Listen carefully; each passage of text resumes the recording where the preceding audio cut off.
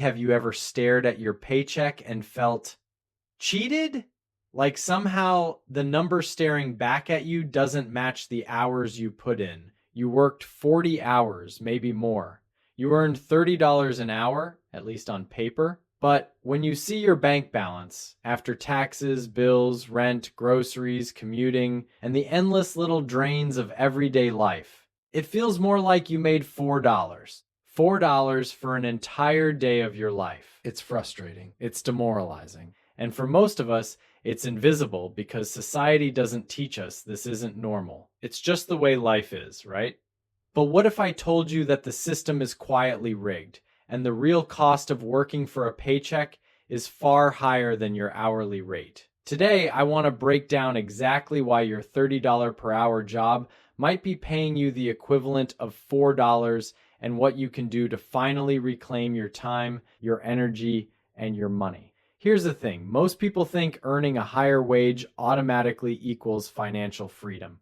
The logic seems simple. More money, more freedom. But the problem isn't your hourly rate, it's how that rate interacts with everything else in your life. Housing costs, transportation, convenience spending, energy depletion, stress eating, and the silent tax of time all quietly siphon off your real pay. And this isn't your fault. The system is designed to make you feel like you're earning enough while subtly keeping you trapped. The more hours you work, the less time you have to think, plan, or even relax.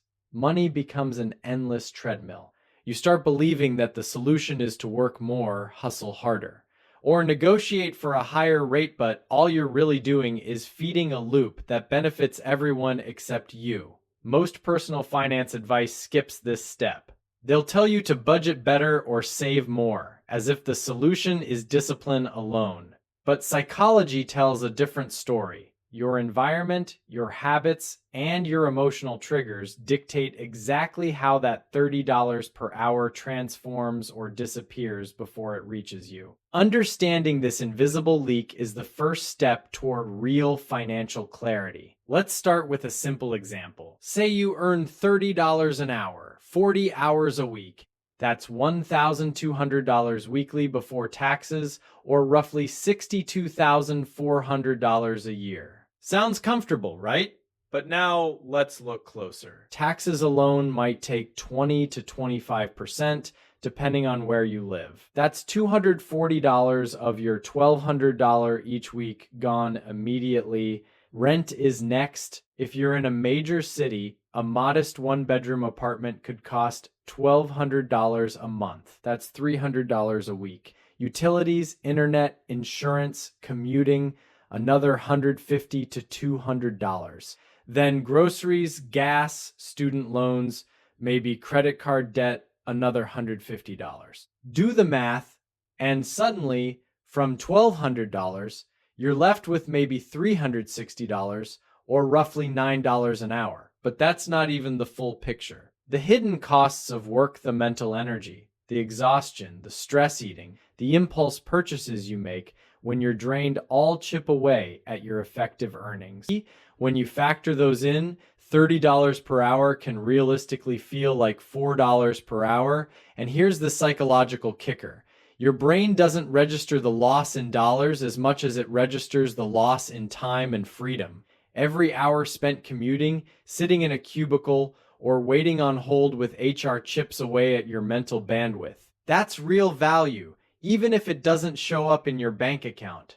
Behavioral economists call this time discounting. We undervalue our own time because it's harder to quantify than money. Then there's lifestyle creep. You get a raise and suddenly your rate goes up, or you upgrade your car. Those $30 per hour raises rarely feel like freedom because your spending adjusts automatically. Most of us aren't aware of how tightly our choices are linked to our environment and habits. So here's the brutal truth. Your paycheck isn't lying against the system. It's your rent, your bills, your commuting costs, your drained energy, your habits. They silently siphon off most of what you earn, and you never signed up for that. But here's the part most people miss. This isn't a trap you have to accept. Once you understand it, you start seeing choices differently. Suddenly, you're not just working for $30 per hour, you're seeing how every hour is spent and every decision costs real money, sometimes more than you realize. This is where psychology meets finance. You can't always control your bills, but you can control how you spend your time, what energy you trade for money, and which habits silently drain your income. When you see the real hourly cost of your job, not just in dollars, but in energy, stress, and freedom, you start to make smarter choices. You realize that working more isn't always working smarter. Sometimes stepping back, investing in efficiency, or creating multiple income streams actually increases your effective hourly rate without burning you out. So, what does that look like in real life? First, track your real costs. Don't just look at your paycheck. Include commuting, food, stress spending, and energy depletion. Calculate how much you're truly making per hour, factoring in the invisible drains. Second, look for high leverage swaps. Can you cut commuting time? Can you replace mindless spending with low energy habits that support your goals? Even small changes like meal prepping or consolidating errands can increase your effective hourly rate dramatically. Third, consider time as currency. Ask yourself before every commitment, is this worth my $30 per hour or my $4 per hour? That question alone changes behavior. You start valuing freedom as much as money.